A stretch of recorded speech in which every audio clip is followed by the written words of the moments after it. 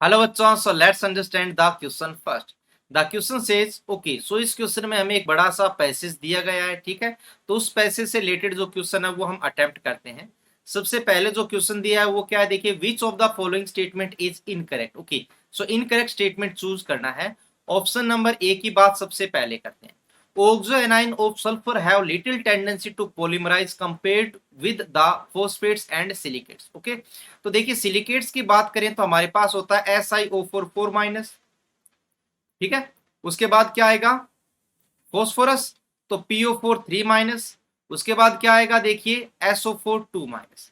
तो देखिए left to right जब मूव करते हैं तो क्या होता है, साइज डिक्रीज होती है। हमें पता है मैन यहाँ पर जो एलिमेंट है सेंट्रल एटम, तो साइज इंक्रीज होने के कारण जो डबल बॉन्ड होता है, डबल बॉन्ड का मतलब यहाँ पर हम पाई बॉन्ड से रिलेट कर रहा हूं, तो पाई बॉन्ड क्या होता जाए, देखिए पाई बॉन्ड जो होता है उसकी स्ट्रेंथ क्या होती जाती है, स्ट्रॉन्ग। क्यों? क्योंकि स्मॉल बॉन्ड ज्यादा स्ट्रॉन्ग होता है। सो पाई बॉन्ड स्ट्रेंथ क्या होती है, लेफ्ट टू राइट जाने पर इंक्रीज होती जाती है। तो पाई बॉन्ड स्ट्रॉन्ग हो रहा है, तो पाई बॉन्ड स्ट्रॉन्ग होता है तो पॉलीमराइज की टेंडेंसी क्या होती है, देखिए पॉलीमराइज होने की टेंडेंसी क्या होती है, डिक्रीज होती जाती है। तो ये कंसेप्ट बताया जाता है कि पाई बॉन्ड जितना ज्यादा स्ट्रॉन्ग होगा तो पॉलीमराइज होने की टेंडेंसी कम है। मतलब पॉलीमराइज कोई यूनिट एक बड़ी यूनिट तब बनाता है जब उसके पास सिंगल बॉन्ड हो। सिंगल बॉन्ड है तो आगे से आगे ज्यादा जुड़ते जाएंगे, अगर डबल बॉन्ड हुए तो वो क्या होती है, यूनिट छोटी हो जाती है और पॉलीमराइज नहीं होती है। इसका मतलब जो ए स्टेटमेंट है वो हमारे पास यहाँ पर क्या है, ट्रू है। हमें तो फॉल्स बताना है। ऑप्शन नंबर बी की अगर यहाँ पर बात की जाए तो बी में देखिए, इन pyrosulphurous acid H2SO5 oxidation state हमें बतानी है क्या हो।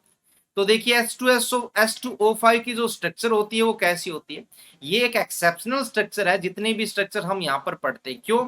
देखिए ये जो स्ट्रक्चर है इसमें sulphur sulphur, double bond O, double bond O and OH, double bond O and OH, ये रहता है यहाँ पर लोन पे। अब इसकी ऑक्सीडेशन स्टेट हमें यहाँ पर कैलकुलेट करनी है। तो यहाँ देख सकते हैं डबल बॉन्ड ऑक्सीजन के कारण जो चार्ज आएगा वो क्या होगा, +2। सिंगल बॉन्ड ऑक्सीजन के कारण जो चार्ज आएगा वो +1।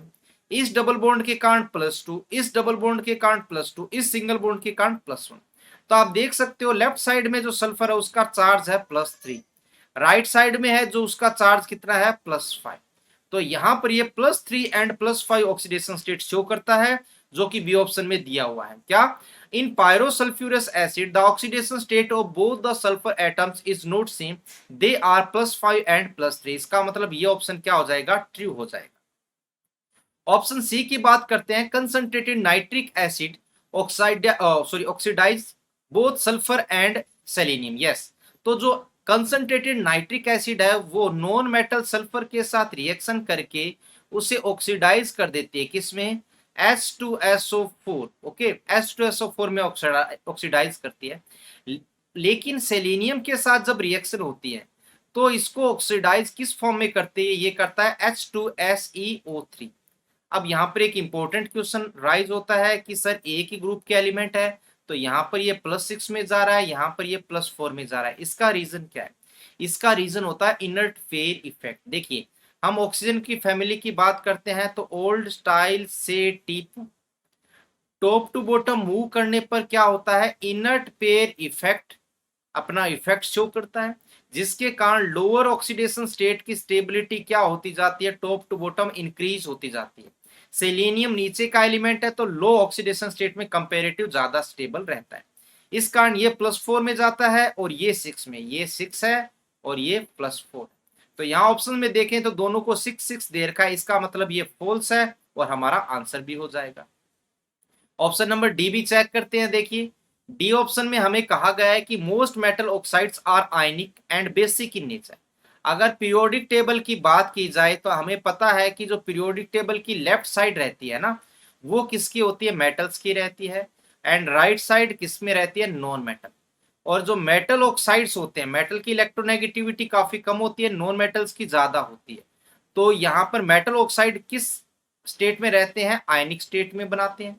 और नॉन मेटल ऑक्साइड्स जो होते हैं वो किस में रहेंगे, वो कोवलेंट फॉर्म में रहेंगे, क्योंकि यहाँ पर नॉन मेटल और ऑक्सीजन की इलेक्ट्रोनेगेटिविटी का डिफरेंस ज्यादा नहीं रहता है, यहाँ पर ज्यादा रहता है तो आयनिक हो जाता है। ठीक है, अब बात करते हैं कि हाँ, और जो मेटल ऑक्साइड होते हैं लेफ्ट साइड में वो मेटल के ऑक्साइड है, तो इस साइड बेसिक नेचर रहती है और इस साइड क्या रहती है, एसिडिक नेचर। तो यही ऑप्शन डी में बोला गया है कि most metal oxides are ionic and basic in nature while non-metallic oxides are usually covalent and acidic in nature. So ये ऑप्शन हमारा ट्रू हो जाएगा. So the right answer of this question is option number C. So hope you understand the concept well. Best of luck.